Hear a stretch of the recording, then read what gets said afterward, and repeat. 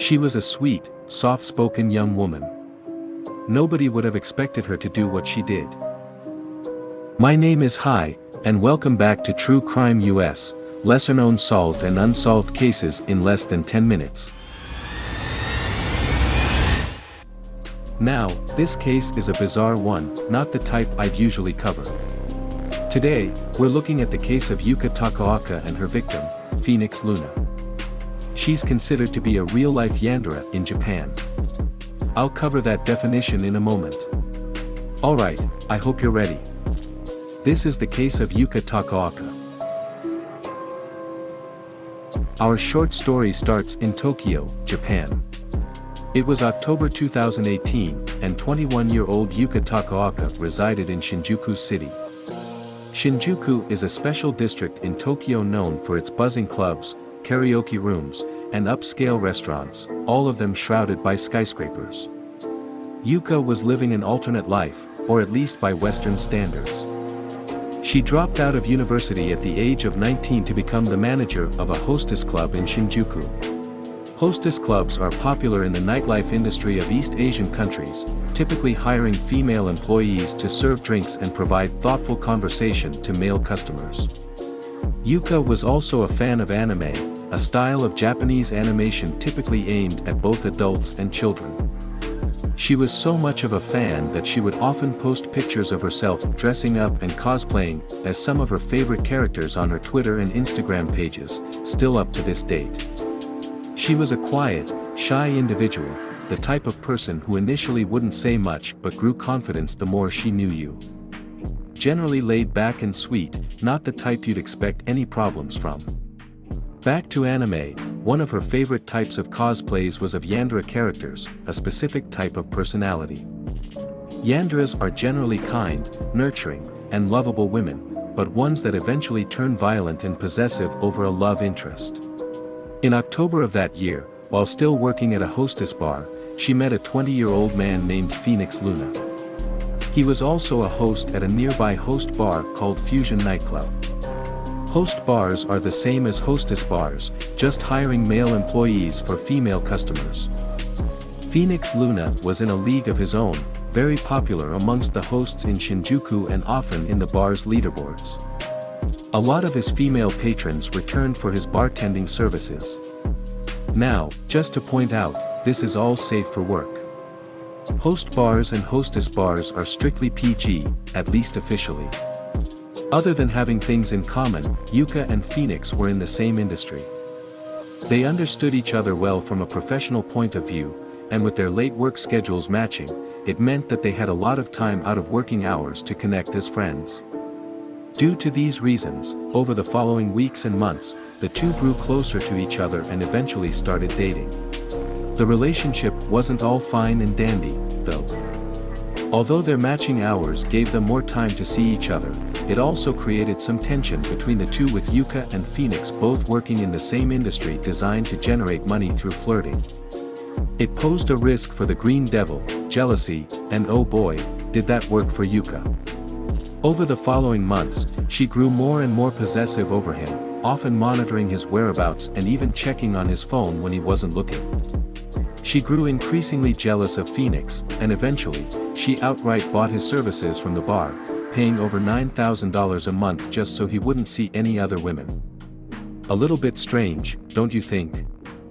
Fast forward, and it's now May 23, 2019. A few months after they had started dating, things were going pretty well for the two, and despite a few tensions here and there, they were happy. Yuka was still managing the hostess bar, and business was solid. She had taken a couple of days off work to sort some things out in the apartment.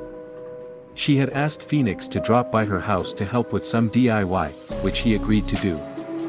He arrived at her home much later than expected, though, after a very long shift at the bar that night. When he got in, he was exhausted. He asked Yuka if he could run himself a bath to relax, which she agreed to. Once he got into the bath, he fell asleep.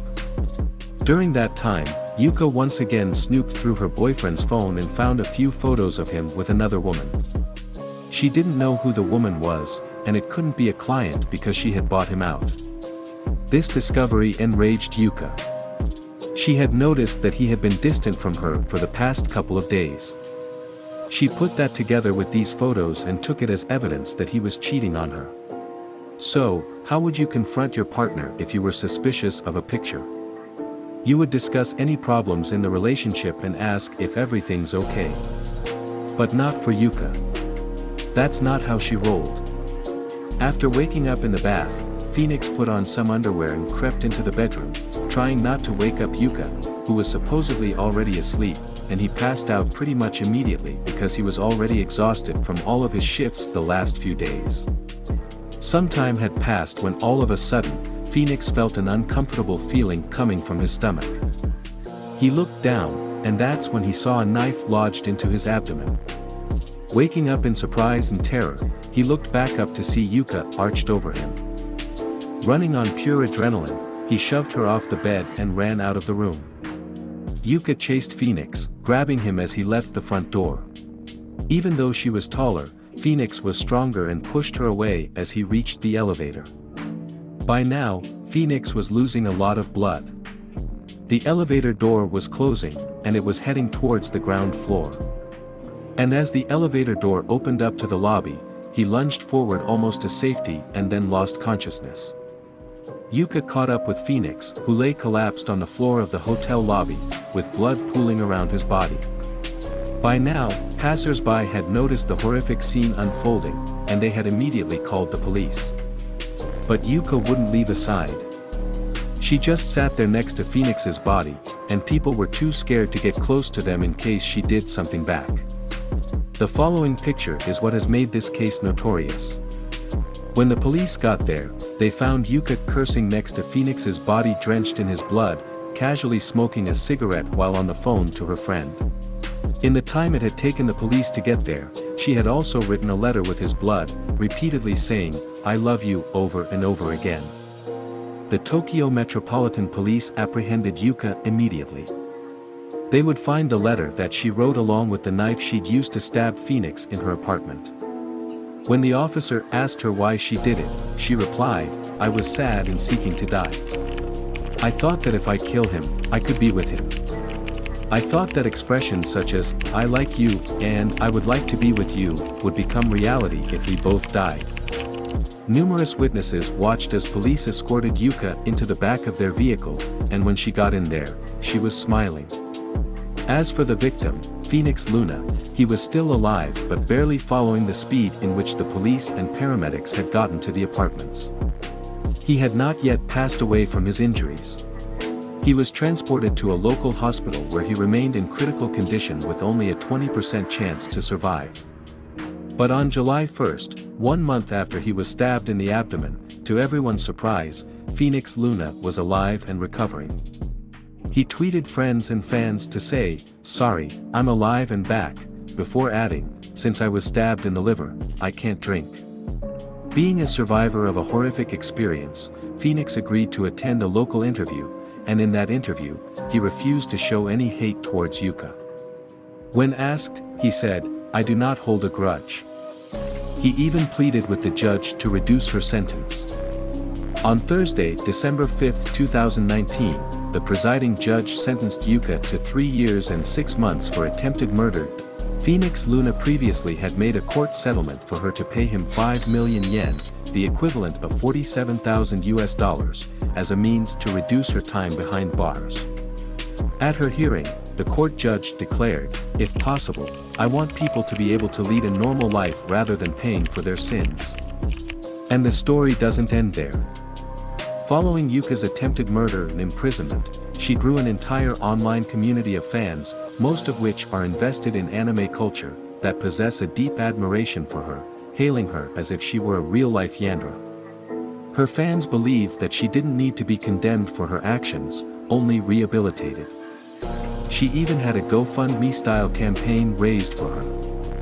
And while the campaign was shut down, at the time, she was receiving over 3,800 from 69 contributors, almost the amount needed to get her out of prison. Following Yuka's crime of attempted murder, she is now scheduled to be released from prison in May 2023. And that's the story of Yuka Takaoka.